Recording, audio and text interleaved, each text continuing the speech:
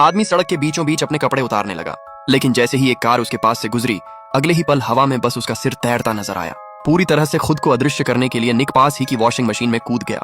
तेज पानी की धार से उसका सिर भी धीरे धीरे गायब होने लगा। उसी वक्त उसका पीछा कर रहा कातिल भी पीछे पीछे वहां पहुंच गया, लेकिन पानी से भीगा निकल चलते समय पीछे कुछ निशान छोड़ गया, जिससे कातिल को उसका पीछा करना और आसान हो गया। निक ने अपने निशान मिटाने के लिए रेत की बोरियों की तरफ रुख किया, पर उसे क्या पता था कि इससे उसके कदमों के निशान और भी साफ दिखाई देंगे।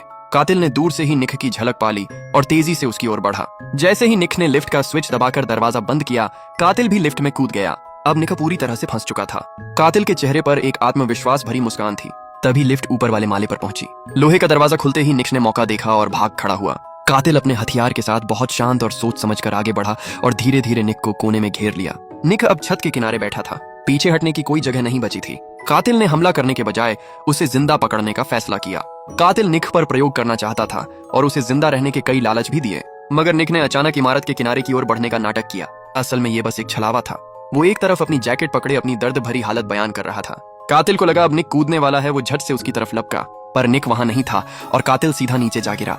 सबको लगा कि निक और कातिल दोनों मर गए। यहाँ तक कि एलिस भी यही मान बैठी। कातिल के सहायक ने निक से जुड़ी हर जानकारी को दबा दिया और एलिस को भी इस बारे में कभी बात न करने की चेतावनी दी। लेकिन जब एलिस निराश होकर वहां से जाने लगी, उसी वक्त उसके कानों में एक जानी पहचानी आवाज गूंजी। आखिरकार निक और एलिस स्विट्जरलैंड पहुंच गए, जहां हर कोई खुद को सिर से पांव तक ढककर रखता है। अब उसे बस एक ही डर सता रहा था, कहीं उनका बच्चा सिर्फ एक हवा का गोला न निकले।